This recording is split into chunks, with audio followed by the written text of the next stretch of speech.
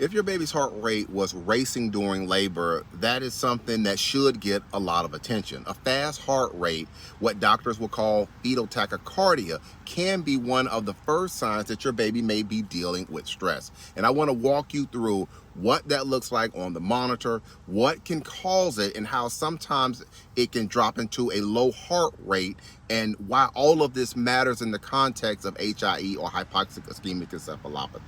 I'm a birth injury lawyer, and I review labor and delivery cases from all over the country. When I look at the fetal monitoring strips, what I usually will see is this. Things will start off looking good. The strip is going to be looking normal, a category 1 strip.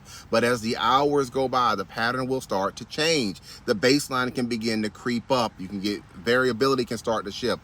The fast heart rate begins to take hold, and it's rarely sudden. It's usually going to develop over many hours of labor, in which is why we have to review the full tracing.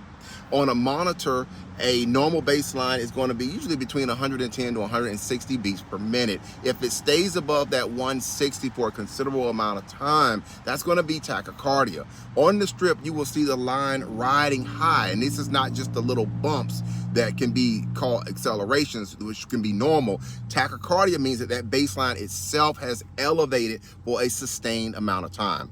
There are different reasons that this can happen. Sometimes it can be something with mom, like a fever or dehydration or other issues from anxiety or medication. Sometimes it can be something with the baby, like an infection or not getting enough oxygen. Labor itself can add to the stress. Strong and frequent contractions from medications like Pitocin, for example, that can cut into the baby's oxygen time between contractions.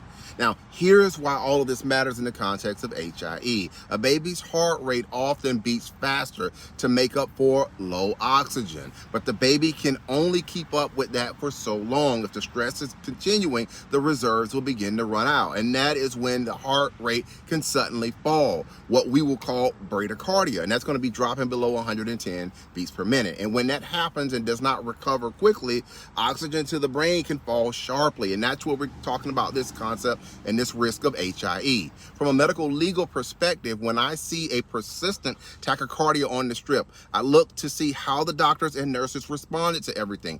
Did they check the mother's temperature? Did they give fluids? Did they reduce or stop Pitocin if that needed? Did they start antibiotics, or did they change mom's position to try to improve blood flow? Did they watch for variability or things like late or variable decelerations? If the tachycardia continued and the baby showed ongoing signs of distress, the standard of care is going to call for escalation, which is often going to mean preparing for delivery.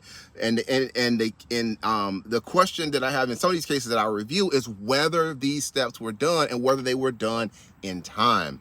Parents will tell me that they remember the alarms, the nurses coming and going, the monitors beeping. Someone might have said that the baby's heart rate is moving too fast and that they're watching things. Minutes pass and the line is still high, and then suddenly it drops, the heart rate drops. That swing from high to low is not just a number on paper. It can be the point to which the baby's brain is not getting the oxygen that it needs. If your baby now has a diagnosis of HIE and a possible subsequent CP diagnosis later, you might be replaying the labor in your mind, wondering if faster action could have made the difference with things. The good thing is the answers are not just a memory. The strips are saved. Nursing notes, physician orders, medication times, temperatures, and lab results are all recorded. Together, they can show and paint a picture as to what was happening. Now, I also want to be very clear. Not every unexpected outcome means that someone made a mistake. Labor involves judgment calls in real time. But when a baby's heart rate is fast for a long period of time and other concerning signs appear, the standard of care is going to expect action, not just watching and waiting. So if you are in this position today, you deserve to understand what the monitor showed, how the team responded, and whether faster steps could have changed your baby's story. That knowledge cannot change the past, but what it can do is help you plan for the future and get answers about what happened with your baby during labor and delivery.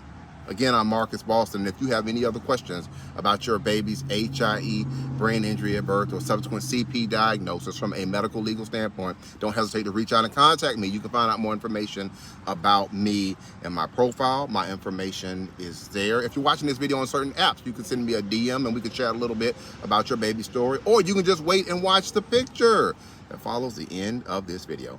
All right, that's going to be it for this afternoon's quick educational video. Have a great day, everybody.